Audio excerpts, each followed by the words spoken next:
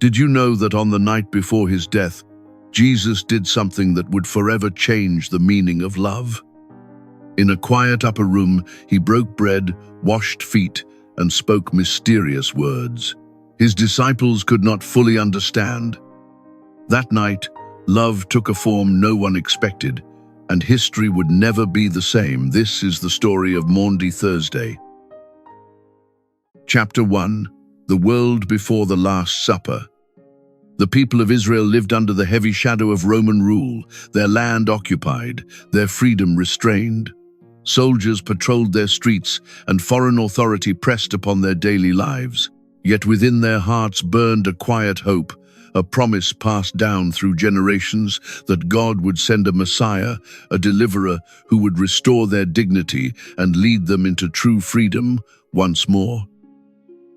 At the center of their faith stood the Passover, a sacred remembrance of God's mighty act of salvation. Each year, families gathered to recall how the Lord had freed their ancestors from slavery in Egypt. The lamb, the unleavened bread, and the shared cup all spoke of deliverance. This feast was not only memory, but identity, reminding them that God remains faithful to his covenant forever. By this time, Jesus had completed nearly 3 years of public ministry, walking among the people, teaching, healing, and revealing the kingdom of God. Crowds followed him with amazement, drawn by his words and miracles. Yet not all received him with joy. His teachings challenged hearts, stirred questions, and gradually revealed a truth that many found difficult, even unsettling, to accept within themselves. Among the religious leaders, concern slowly turned into fear. They watched as his influence grew, as people listened more eagerly to him than to them. What began as suspicion soon hardened into opposition. Behind closed doors, plans were whispered, strategies formed. They believed that removing him would preserve order, not realizing that they were stepping into a mystery far greater than their own intentions. Meanwhile, the disciples remained close to Jesus, sharing in his journey, yet still misunderstanding its true direction. They dreamed of a kingdom restored in earthly glory, where their master would reign with visible power. In their hearts lingered ambition and expectation, not yet purified by the deeper truth of sacrifice. They walked beside him, but the full meaning of his mission had not yet dawned upon them. As the Passover approached, Jerusalem filled with pilgrims from every corner of the land. The city, already alive with expectation, now pulsed with tension. Religious devotion and political unease intertwined in the crowded streets. Something unseen seemed to be unfolding beneath the surface. The air itself carried a sense that history was approaching a turning point, though few could fully understand what was coming. In this charged and fragile moment, the stage was quietly set for events that would change the course of salvation history forever. What appeared to be an ordinary feast would soon reveal divine mysteries beyond human imagination. God's plan, hidden yet certain, was about to unfold. And in the stillness before the storm, love prepared to offer itself completely for the life of the world. Chapter 2. Preparing for the Last Supper. As the hour drew near, Jesus quietly sent 2 of his disciples into the city with a simple yet mysterious instruction. They were to follow a man carrying a jar of water, an unusual sight, and let him lead them to a house already chosen. In this quiet obedience, we see that nothing was left to chance, but guided by a deeper and divine intention. The house they entered revealed an upper room, already furnished and prepared, waiting in silence. It was a place set apart from the noise of the streets below, offering a sense of intimacy and stillness. Within these walls, something sacred was about to unfold. The room itself seemed to hold a quiet anticipation, as if creation was pausing in reverence before a mystery soon to be revealed. That evening meal was not an ordinary gathering, but the Passover, deeply rooted in the memory of Israel's salvation. As faithful Jews, Jesus and his disciples entered into this sacred tradition. They recalled the night of deliverance, when God led his people out of bondage. Yet within this familiar celebration, something entirely new was about to emerge, hidden within the gestures they had known since childhood. The table was set with unleavened bread and wine, simple elements filled with profound meaning. The bread spoke of haste and liberation, the wine of joy and covenant. These signs, passed down through generations, carried the story of God's saving action. Yet, on this night, they would be transformed, no longer only symbols of the past, but signs of a new and eternal reality. Jesus was fully aware that his hour had come, the moment toward which his entire mission had been moving. Yet there was no fear in his actions, only a calm and deliberate love. He did not withdraw or delay, but stepped forward with intention. In preparing this meal, he was preparing to give himself completely, embracing the path of sacrifice with quiet and unwavering resolve. Nothing in this preparation was accidental. Every movement, every instruction, every detail revealed that God's plan was unfolding exactly as intended. What seemed ordinary to the eyes of men was, in truth, part of a divine design reaching its fulfillment. The hidden threads of salvation history were being drawn together, forming a tapestry that would reveal God's love in its most complete and perfect expression. Within that upper room, the atmosphere grew still, as if heaven itself had drawn near. The familiar became extraordinary, and the ordinary table became an altar of divine mystery. Here, Jesus would open a new path for humanity, offering not just words, but his very life. In this sacred space, the story of salvation was about to enter its deepest and most transformative moment. Chapter 3. The Institution of the Eucharist. As the meal unfolded, Jesus took bread into his hands, lifting it gently as he had done so many times before. He gave thanks to the Father, blessing the simple gift, then broke it and shared it with his disciples. Yet this gesture carried a new depth. In his hands, the ordinary became sacred, and what he was about to reveal would forever change how humanity encounters God. Then, with a solemn and tender voice, he spoke words that would echo through all generations. "This is my body." No longer merely bread, it became his very self, offered in love. The disciples may not have fully understood, yet something within them stirred. In that quiet moment, Jesus gave not just a sign, but his real presence, hidden under humble appearances for the life of the world. Taking the cup filled with wine, he again gave thanks and passed it among them. "This is my blood, the blood of the new covenant," he said. These words carried the weight of promise and fulfillment. No longer the blood of lambs, but his own blood would seal a covenant that could never be broken, poured out not for a nation alone, but for all humanity. In this sacred act, Jesus brought the Passover to its deepest meaning. The ancient feast remembered liberation from Egypt, but now a greater deliverance was unfolding. He himself became the true Lamb, whose sacrifice would free humanity from sin and death. What had once been a sign now reached its fulfillment, as the old covenant gave way to something new, eternal, and complete. Then came the command, simple yet profound. "Do this in memory of me." With these words, Jesus entrusted his gift to the Church. This was not only a remembrance of the past, but a living participation in his sacrifice. Through this command, the mystery of that night would continue through time, making his presence real in every place where his disciples gather in faith. From that moment, the Eucharist became the heart of the Church's life. It is the source from which grace flows and the summit toward which all faith leads. In every celebration, believers are drawn into communion with Christ, receiving him not as a distant memory, but as a living reality. The same love present in the upper room continues to nourish and transform souls today. Yet the Last Supper was more than a meal. It was the beginning of the sacrifice of the cross, already present in mystery. What would be completed on Calvary was already being offered that night. In the quiet of that room, Jesus gave himself freely, anticipating his passion. The Eucharist reveals this truth: love that offers itself completely, even unto death, for the salvation of all. Chapter 4. The institution of the priesthood. When Jesus said, "Do this in memory of me," he was not only giving a command, but entrusting a sacred mission. In those words, something new quietly began the foundation of the priesthood. He chose his apostles to continue what he had done, to make his presence known in every generation. This moment was not about authority, but about participation in his own self-giving love for humanity.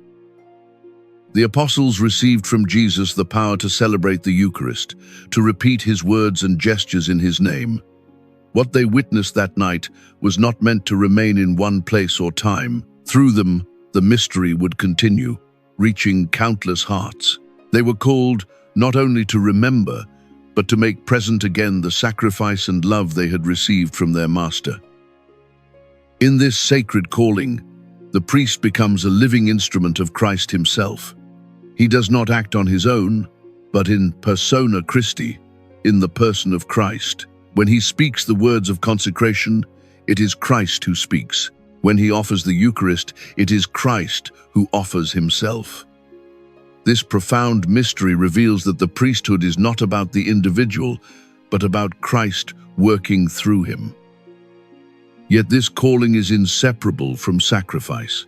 The priest is not set apart for comfort or honor, but to share in the offering of Christ. His life becomes united with the cross, a quiet and often hidden surrender. Each celebration of the Eucharist calls him to give more of himself, to live not for his own sake, but for the salvation and care of others. Because of this, the priesthood is not a position of power, but a mission of love. Jesus, who washed the feet of his disciples, revealed the true heart of this calling. To be a priest is to serve, to accompany, to carry the burdens of others with compassion. It is a life poured out, often unseen, reflecting the same humility that shone in the upper room. This mission did not end with the apostles. Through the laying on of hands, the Church continues to pass on this sacred responsibility from one generation to the next. Each priest stands within this unbroken line, connected to that first night. In this continuity, the Church remains faithful to Christ's command, ensuring that his presence is never absent from his people. For this reason, Maundy Thursday holds a special place in the heart of every priest. It is a day of remembrance, gratitude, and renewal. On this night, they look back to the moment of their calling and forward to the path of service still before them. It is a quiet invitation to remain close to Christ, who continues to give himself for the life of the world. Chapter 5. The washing of the feet. In the midst of the meal, something unexpected happened. Jesus rose quietly from the table, removed his outer garment, and wrapped a towel around his waist. Then, one by one, he began to wash the feet of his disciples. The room fell into silence. The Master, whom they called Lord, now knelt before them, performing a gesture so humble that it left them astonished. In their world, washing feet was a task reserved for the lowest servant of the household. It was a duty given to those without status or honor. Yet here was Jesus, willingly taking that place. He did not simply speak about humility, he lived it before their eyes. In this act, he revealed a different kind of greatness, one not measured by power, but by love willing to descend and serve. When Jesus came to Peter, the disciple could not accept what was happening. "Lord, do you wash my feet?" he asked, confused and unsettled. Peter loved his master deeply, and the thought of Jesus lowering himself in this way felt wrong to him. His resistance came not from pride alone, but from a heart that could not yet understand the depth of Christ's humility. Jesus answered him with gentle firmness, "If I do not wash you, You have no part with me." These words revealed that the act was more than a gesture of service. It was a sign of inner cleansing and communion. To be united with Christ requires allowing him to serve us, to purify us. It is a humbling truth. We must first receive his love before we can truly share in his life. After completing the washing, Jesus spoke again, giving his disciples a command that would define their lives. "Love one another as I have loved you." This was not a general call to kindness, but a radical invitation to love with the same self-giving love he had just shown. It was a love that bends low, that gives without counting the cost, that remains faithful even when misunderstood. This became known as the new commandment, the heart of Christian life. It is new not because love was unknown before, but because Jesus revealed its fullest measure. To love as he loves is to serve, to forgive, to give oneself completely. This command would echo through the centuries, shaping the identity of every true disciple who seeks to follow him in sincerity. From that night onward, the washing of the feet has remained a powerful sign within the Church. It reminds believers that true greatness is found in humble service. Each time it is performed, it calls the faithful back to the example of Christ. In a world that often seeks power, this simple act continues to speak of a love that kneels, serves, and transforms hearts. Chapter 6. Betrayal and Human Weakness. As the meal continued in quiet intimacy, Jesus spoke words that unsettled the room. One of them would betray him. The disciples looked at one another in confusion, unable to imagine such a thing. This was not an accusation, but a sorrowful revelation. Even in this sacred moment, the shadow of betrayal was already present, reminding them that love can be wounded even among those closest together. The disciples began to question themselves, each one wondering in silence, "Is it I, Lord?" Their uncertainty revealed something deeply human. They knew their own weakness, even if they did not yet fully understand it. In that moment, no one stood above suspicion, not because they were guilty, but because each heart sensed its own fragility before the mystery unfolding around them. Among them sat Judas Iscariot, outwardly no different from the others, yet carrying a hidden decision within. His path toward betrayal had already begun, quietly and deliberately. What had grown in secrecy was now nearing its moment. Still, Jesus did not expose him publicly, but allowed the mystery to unfold with a sorrowful patience, respecting even the freedom that would lead to rejection.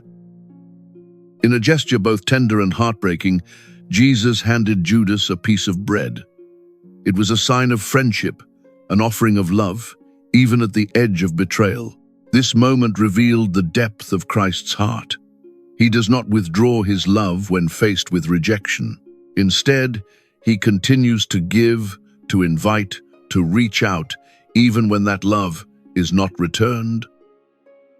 Jesus then turned to Peter, who had confidently declared his loyalty.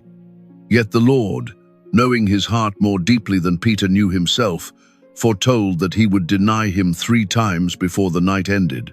It was not a condemnation, but a revelation. Even the strongest among them would falter. Human strength alone could not sustain faith in the face of fear and suffering. In these moments, the weakness of the human heart was laid bare.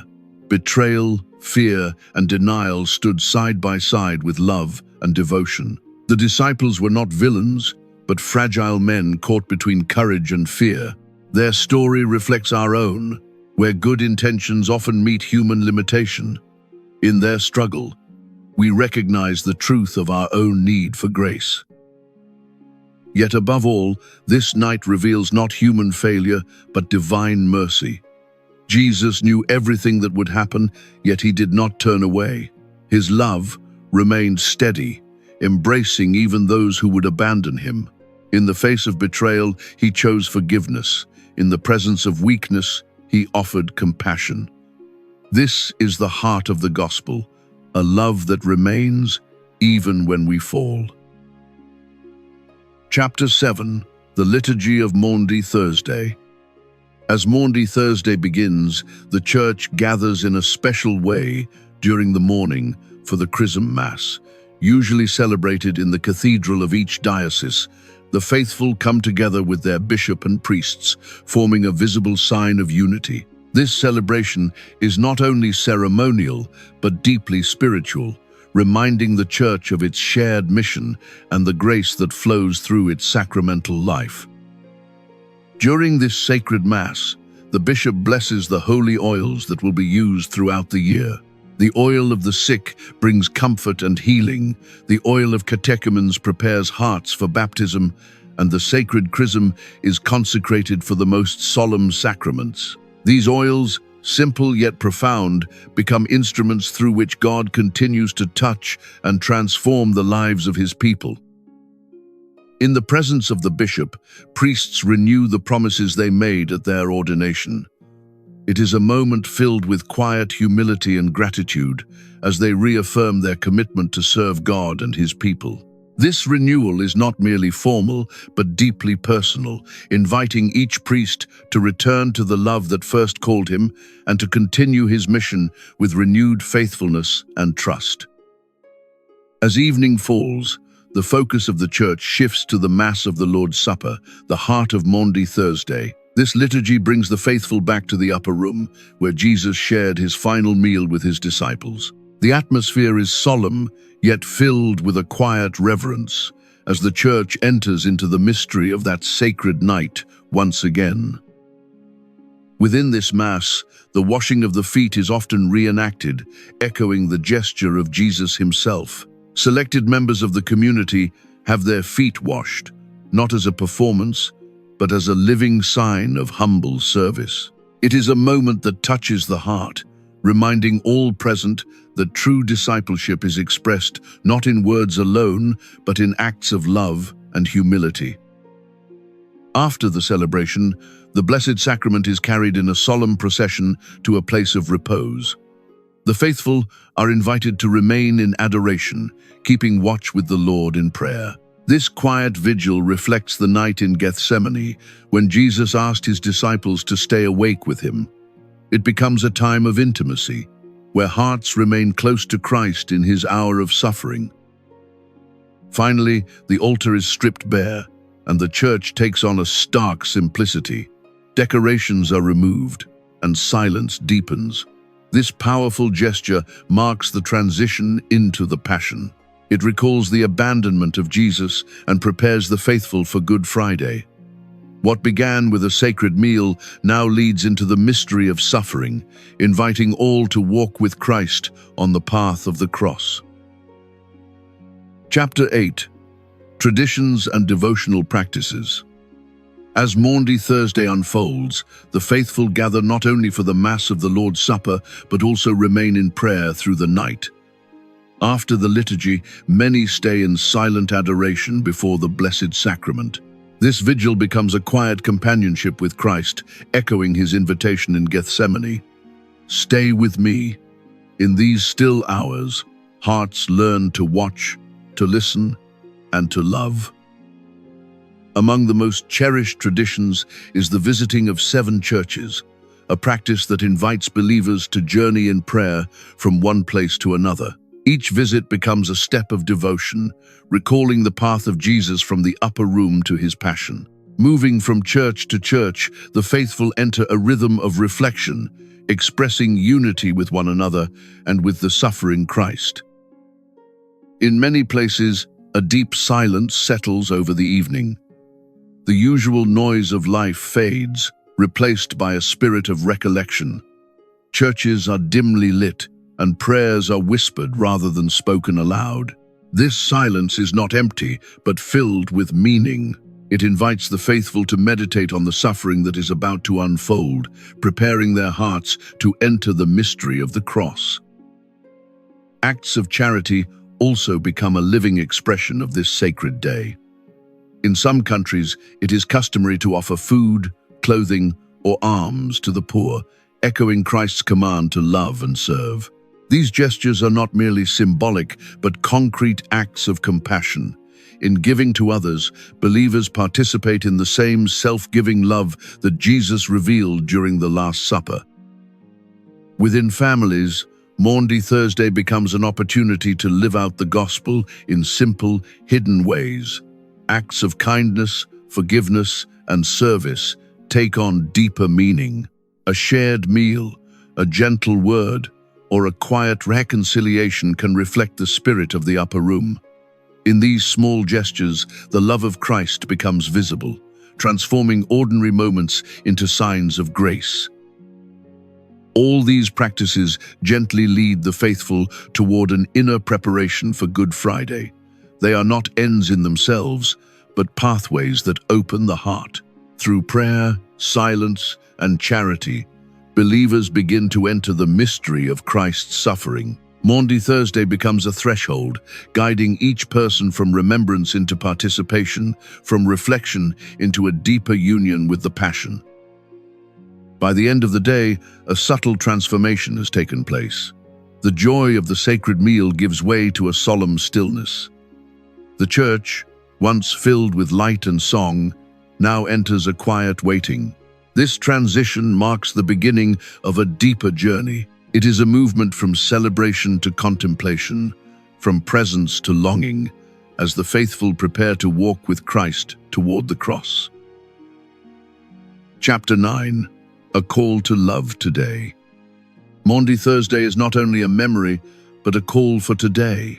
It invites each believer to love through concrete actions. Like Jesus washing the disciples' feet, we are called to serve others in daily life.